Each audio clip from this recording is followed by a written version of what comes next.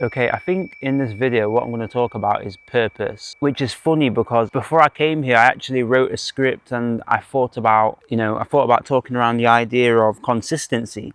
But since I've sat here, I feel like intuitively something's telling me I should talk about purpose instead. So I'm just going to go with the flow and talk about purpose, even though I have no notes or anything I write notes and then I don't look at them. And so, I write notes, internalize it, and then kind of just spitfire my videos. So I don't even have any notes for this one. I'm just going to spit off the cuff when it comes to purpose. And so the idea of purpose is something I never used to understand when people say, chase your passion, chase your purpose. And you know what? I still don't know if I do completely understand it, but my definition of purpose would be having a destination, like having a goal. What? Every day when you wake up, that's what you're moving towards. That's what your day's revolved around. So, you've got this big goal, what you're just moving towards. And so, your whole life kind of structures around it. And an analogy I love, which I got from one of my old mentors called Gerald Peters, is the idea of like how animals, for example, lions have one purpose, right? And everything in their life revolves around that. Like they go and hunt. So every day they base their day around hunting and getting prey for the family and looking after the family. It's really primitive, it's really animalistic. And so with humans, we get to choose what our purpose is. But for me, the whole idea of purpose is choosing one thing and moving towards it instead of 50 different things. I think the reason why people feel overwhelmed in life is because they have so many different things they're trying to do, or better yet, they don't have anything they're trying to do. They're just maybe getting through the day to day. And so, life is going to be hard because there's not really any overriding purpose. And a wise man once said, a man without purpose distracts himself with pleasure. I don't know who specifically said that, but it's wise, right? It's ancient wisdom. It doesn't really matter who said it. The truth is the truth is the truth. Another reason why people feel stuck as well is because they focus on what is. So day to day, everybody's got a whole list of tasks and different mundane activities they need to do, whether it be chores, eating, getting yourself ready, keeping yourself clean. Getting through the day there's a lot to that in itself. I think a lot of people feel stuck is because they focus so much on getting through the day and they don't have an overriding vision, and so they kind of just, what you think about comes about, what you focus on grows. And so if you're focusing on your current present reality, you're going to feel stuck. People say you have like 98% of the same thoughts you have every single day, right? And so if you're just thinking about your current circumstance, you're going to feel stuck. Going back to the idea of purpose, when I think about purpose, I think about my vision board, which has the idea of everything that I want, everything that I'm aiming for, like moving to Dubai, making £100,000 per month, having a team when it comes to my agency, like all of these different things that I'm thinking about. Every day when I wake up, that's what's on my mind. How can I move towards that? How can I get myself in Dubai? And it's like, even when I do move to Dubai, I'm going to fly there first class. So in my mind, I'm just visualizing me, feet cocked up in first class. I'm not going to eat any of the food that they offer me because I don't eat any of that food. So when it comes to like the food and stuff on the first class, I don't eat that, but I'm just visualizing myself with my feet up in first class, how you have one seat for yourself and you're just spread out and you can isolate from everyone else. That's what I'm picturing when it comes to Dubai. So that's my purpose. And obviously when I move there, like the overriding purpose is to become a billionaire. And I want to become a billionaire before 2040. And so that's in the back of my mind. And right now I'm just focused on my short-term goals, making 100,000 a month, moving to Dubai, having a friend group of like-minded people. Like I want to be friends with people like Eric Cavallars. Like I watch his videos and I just think he's hilarious, right? And I know we seem really like-minded. Like when you watch certain people and you seem like they're on the same wavelength, that's what I feel like with Eric Cavallars. And there's nothing what's given my life more of a sense of meaning than having this sense of purpose. Because I can think back to when 2017 is a good example for me, when I didn't really have a purpose. I was focused on getting through the day. Everything kind of felt like this haze that I was living in, right? And this lasted for like a year or two. It was just this haze. I'm focused on the past and the present. Things aren't looking good, overwhelming. I've got a lot of different vices I'm relying on to get through the day. And things just look really bleak, you know what I mean? Versus now, I wake up fired up.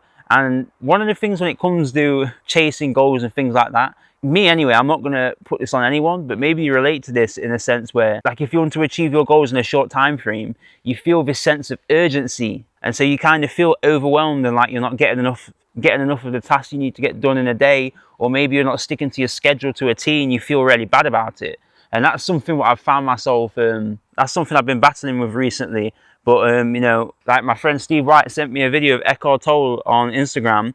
And essentially what Eckhart Tolle is saying is when people fixate so much into the future, they fixate so much on an ideal destination, they fixate so much on the goal, they fixate so much on their purpose, they can forget to be present. What Eckhart Tolle is saying is this over fixation, obsession with the future, you know, I can't be okay now because I'm moving into the future. It's like a compulsion. That is the definition of stress, like that tension that you feel because you're not where you want to be, and so you can't relax until you get to that destination. That pushing off, that feeling of contentment, that feeling of being, pushing that off into the future, like that's what Eckhart Tolle says is stress. And it's like, my friend sent me that video and it's what I needed in that moment. So hopefully someone watching this video, whether it's now, whether it's next week, whether it's 2 years from now, whether it's in 2030. That's the great thing about YouTube. Essentially, you can post something and it's evergreen.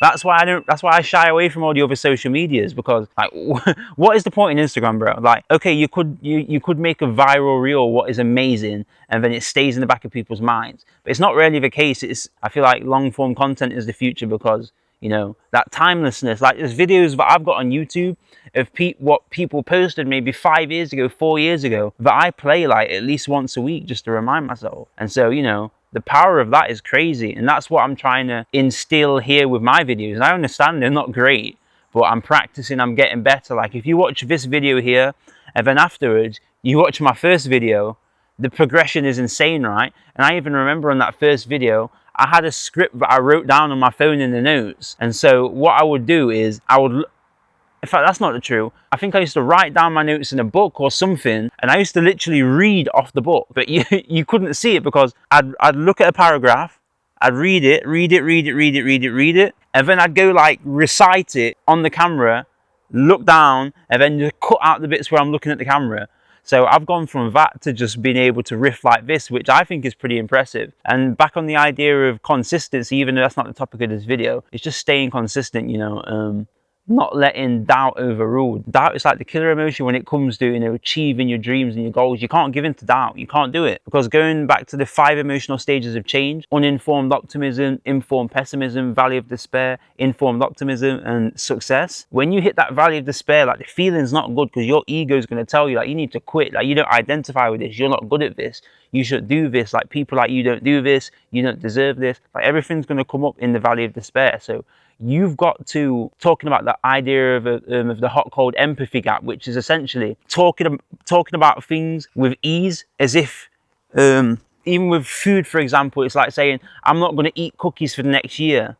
But when a cookie's in front of you, it's a different scenario. And so that's the hot cold, that's the empathy gap. It's the gap between you saying something and then actually being in that moment. You need to be aware of, you know, the doubts what are going to come in when you hit the valley of despair. But essentially how you hit the valley of despair, or how I do anyway, is when I'm unsure of something. And so maybe I'm trying something out and it doesn't work, and so the doubts creep in, and then I'm thinking about ideas like, you know, see, this didn't work, you know, you don't deserve to do this, blah blah blah, and all these thoughts kind of come in. And then, like, what you'll notice is when you're pursuing something foreign, is you're going to slip, like the 5 emotional stages of change, that framework, you're going to slip inside of that quite a lot. Like, you're going to go from valley of despair to informed optimism. Like, you're going to bounce all around the place like a pendulum. You're going to go from one stage to the other, and so you've kind of got to be aware of that and emotionally prepare for it. Going to the idea of consistency, and I've noticed that with diets, like I like to try out different diets and then identify with it, like so when I went vegetarian, I identified with that completely. I built my whole foundation and self-esteem off the idea that I'm vegetarian, and when I realized, wait, I can't keep this up, it's like my whole foundation crumbled and I lost like half of who I was. And so it went to that valley of despair moment. I was like, okay, I don't know what I'm supposed to eat. And then it's like, at my baseline, I eat Papa John's and stuff. So I was like binging on Papa John's and whatever else. So it's like, even the other day I started eating different. I decided to adopt the framework of this book called Eat Right for Your Type, which is essentially getting your blood test done. And then whatever your blood type is, there's like a diet that's maximized for your blood type. So that's my new diet, what I'm doing right now. Even if this doesn't work, I'm not getting too emotionally invested in it. I'm not building too much of a foundation on it. I understand it could be wrong, and so I'm not building too much into that. You know what I mean? I'm not feeding into that too much. I'm not getting too obsessed with that. I understand it's wrong. I'm not looking for confirmation bias, whether, you know, what I'm saying is right or wrong. I'm not trying to defend my opinion. I'm not being evangelical about it. I'm just doing it, and, you know, going based off how I feel. And that's with eating. Even with the agency business, like, I've had so many moments where doubt kicks in, and then I'm like, oh, I should quit this. But then I realize, wait, I can't quit this because I've quit my job. And so, you know, I've got a lot on the line when it comes to getting this agency up and running. Not to place importance on it, because that's going to create excess potential, talking about manifestations and physics. When it comes to beliefs, like, beliefs just shade your actions so much. Like in psycho-cybernetics, Maxwell Maltz talks about the idea of how someone can't really do anything past what they see for themselves. It's basically, the whole book is about the idea of self-esteem, and how you can't really do anything more than what you see for yourself. And so, you know, most people kind of ruminate on their failures and all their shortcomings. And what that does is kill your self-esteem, right? And it basically cripples you from being able to achieve anything great. And so psycho-cybernetics teaches you how to rewire your self-esteem, essentially. I haven't read it in a long time. I read it like maybe a year or two ago, so I definitely need a refresher on that book. Yeah, what I was saying is beliefs filter everything, because it's like, even driving. I drive everywhere now. It's a habit. It's easy. But at one point, it was so difficult. Like, when I first started learning how to drive, I remember my brother took me on a driving lesson one time because he thought he was helping me, and I ended up like stalling or something in like a really grandiose, embarrassing way. And so my story for a long time when it came to driving is I can't drive because I stall it. And that actually put me off ever getting my first lesson for like a year, because I was just scared deep down, which is insane, right? Like, and you know, for the first 10 lessons of my driving, I couldn't even do it. Like, I was so nervous, and I had that story playing around in my head. And when it came to, I failed my driving test twice. I actually passed the third time, not the first or second. And so, you know, on my tests, I'd get nervous and do stuff like that. And it's just like, retrospectively, driving's easy, bro. Like, most of the times, I'm not even thinking when I'm driving. I'm just driving. I'm just doing it. It's easy. Like I said in an old video, I could teach. Like, if I could go back with this mindset and I'm 10 years old, I'd be able to drive, because the belief shapes everything, you know? I think the same when it comes to scootering. I remember one time, there's a trick called a tail whip, right? I couldn't tail whip flat. Like, flat is on the ground, like, with no ramps. And so I couldn't tail whip. And I believed I couldn't tail whip. I believed it was this hard thing. It took me a while to tail whip. But towards the end of my scootering career, I could like double tail whip flat. Not single tail, I could double tail whip. And I was nearly able to do triple tail whip. And even now, in retrospect, I'm like, why did I never learn how to triple tail whip? I feel like I could do it. And so, you know, beliefs are important. And when it comes to agency and business, I'm just trying to endow myself with these beliefs. But I think beliefs is one of them things you can't really believe until you've actually done it, until you have proof of concept. So you kind of just got to storm through all the doubt, all the friction, all the resistance. And when you get the proof of concept, just dial it down, repetition, and crystallize it. So that's what I'm doing right now with the agency business and reaching out to clients. Like, even today, I got 3 clients who are interested in my service. And so I've sent out 3 proposals. So for the whole afternoon, I've spent like 5 hours doing 3 proposals, and the proposals are only like 3 minutes long. But because my identity, my belief isn't really someone who has agency yet, it just took so much resistance and friction and blunders and redoing the proposals to get it right. And there's going to be a point where I can just do a proposal in one take, 5 minutes, and it's done. And I know it's going to be. I'm going to laugh at this time. And there's going to be a time where, you know, I get my clients with ease, and it's just going to be funny looking back. This is why I'm documenting this whole journey, so I get to look back, laugh at myself for being so incompetent, you know. So this video, I don't know what I'm going to title it, to be honest. I think it was starting off being purpose. It started off, when it went into consistency. I might just title it that I'm speaking my thoughts. You know what I mean? I might just title it like 7 months in, or expectations. I don't know.